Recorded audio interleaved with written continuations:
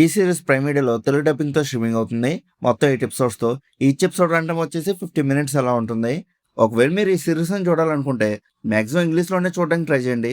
Telugu dubbing కన్నా original ఆడియోలో చూస్తే ఈ సిరీస్ మనకి ఇంకా ఎమోషనల్గా కనెక్ట్ అవుతుంది. ఆ నేచురల్ పెర్ఫార్మెన్సెస్ అండ్ డైలాగ్స్ వల్ల. ఇంకా ఈ సిరీస్లో స్టోరీ లైన్ గురించి సింపుల్గా చెప్పాలంటే, న్యూయార్క్ సిటీలో బిజీ లైఫ్ లీడ్ చేస్తున్న యానీ జాకబ్సన్కి ఒక అన్ఎక్స్పెక్టెడ్ ఇన్సిడెంట్ వల్ల కెనడాలో ఉన్న ఒక రిమోట్ ఐలాండ్కి వెళ్లాల్సి వస్తుంది.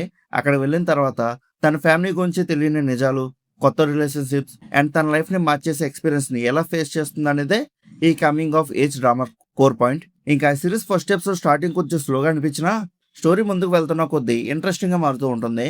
ముందు యానీ క్యారెక్టర్ లైఫ్, తన గోల్స్ అండ్ సడన్ గా తన లైఫ్ లో జరిగే మేజర్ చేంజ్ ని కామ్ గా ఎస్టాబ్లిష్ చేస్తారు. ఆ తర్వాత స్టోరీ బిజీ సిటీ లైఫ్ నుండి peaceful Canadian island back drop కి షిఫ్ట్ అవడంతో కంప్లీట్ మూడ్ మారిపోతుంది. డైరెక్టర్ ఎక్కడ హరీ చేయకుండా ఐలాండ్ అట్మాస్ఫియర్ ని, క్యారెక్టర్స్ యొక్క ఎమోషన్స్ ని, వాళ్ళతో ఉన్న ఇన్నర్ కాన్ఫ్లిక్ట్స్ ని చాలా నేచురల్ గా బిల్డ్ చేస్తూ వెళ్లారు. స్లో బర్న్ నరేషన్ ఇష్టపడే వాళ్ళకి ఈ స్టైల్ బాగా కనెక్ట్ అవుతుంది. మిడ్ ఎపిసోడ్స్ లో ఇంకా కొంచెం లాగ్ అనిపించినా కూడా అప్పటికే మనం క్యారెక్టర్స్ తో ఎమోషనల్ గా బాగా కనెక్ట్ అయిపోతాం కాబట్టి నెక్స్ట్ ఏం జరగబోతుంది అనే క్యూరియాసిటీతో సిరీస్ ని లాస్ట్ వరకు చూడాలనే ఇంట్రెస్ట్ మెయింటైన్ అవుతుంది. మెయిన్ గా ఐలాండ్ లో మొబైల్ నెట్వర్క్, వైఫై లాంటివి లిమిటెడ్ గా ఉండడం వల్ల క్యారెక్టర్ స్క్రీన్ వెనక కాకుండా ఫేస్ టు ఫేస్ కన్వర్జేషన్స్ ద్వారా జెన్యూన్ రిలేషన్షిప్స్ బిల్డ్ అవడం సిరీస్ కి బిగ్గెస్ట్ స్ట్రెంత్. స్టార్టింగ్ లో యానీకి ఉన్న ఆక్వర్డ్నెస్ గ్రాడ్యువల్ గా emotional bonding, personal growth and realistic human relationships గా ఇవాల్వ్ అవుతుంది.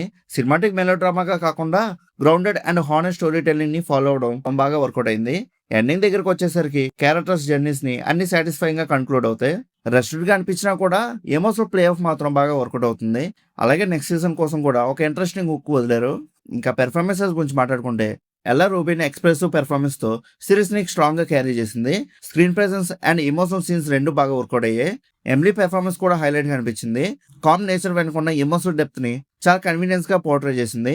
సపోర్టింగ్ కాస్ట్ వాళ్ళందరూ వాళ్ళకి ఇచ్చిన రోల్స్ వాళ్ళు న్యాయం చేశారు. బీజియం అండ్ సౌండ్ ట్రాక్ ఈ సిరీస్ కి ఇంకో మేజర్ ప్లస్ పాయింట్ అని చెప్పొచ్చు. Soulful background score and songs emotional scenes impact ని ఇంకా నెక్స్ట్ లెవెల్ లో తీసుకెళ్లాయి. కెనడియన్ నేచర్ విజువల్స్ తో మ్యూజిక్ పర్ఫెక్ట్ గా బ్లెండ్ అయ్యి వార్మ్ సమ్మర్ వైబ్ ని క్రియేట్ చేస్తుంది. ఇంకా డైరెక్టర్ విషయానికి వస్తే టేకింగ్ చాలా మెచ్యూర్డ్ అండ్ గ్రౌండెడ్ గా ఉంటుంది. బ్యూటిఫుల్ లొకేషన్స్ ని జస్ట్ విజువల్స్ కోసం కాకుండా స్టోరీ టెల్లింగ్ లో ఇంపార్టెంట్ పార్ట్ గా యూజ్ చేసుకున్నారు. Teenagers behaviour, emotions and relationships ని రియలిస్టిక్ గా ప్రజెంట్ చేయడంలో డైరెక్టర్ సక్సెస్ అయ్యారని చెప్పొచ్చు. ఇంకా ఓవరాల్ గా ఈ సిరీస్ ఎలా ఉందని అడిగితే బాగుంది. ఫ్రీ టైంలో ఒక వార్మ్ అండ్ హానెస్ట్ సిరీస్ ని చూడాలనుకుంటే ఈ సిరీస్ ని డెఫినెట్లీ ట్రై చేయొచ్చు. ఇంకా ఈ సిరీస్ అయితే ఫ్యామిలీతో కలిసి చూసేదైతే కాదు, ఎందుకంటే కొన్ని డబుల్ మీనింగ్ డైలాగ్స్ ఉంటాయి. సో మాక్సిమం సింగిల్ గా చూడడానికి ట్రై చేయండి. ఒకవేళ మీరు ఆల్రెడీ సిరీస్ చూస్తుంటే మీకు ఎలా అనిపించిందో కింద కామెంట్ సెక్షన్ లో చెప్పండి. అలానే ఇలాంటి మూవీ రివ్యూస్ కోసం మన సినిమా ఛానల్ సబ్స్క్రైబ్ చేసుకుని బెల్ ఐకాన్ కూడా ఆన్ చేసి పెట్టుకోండి.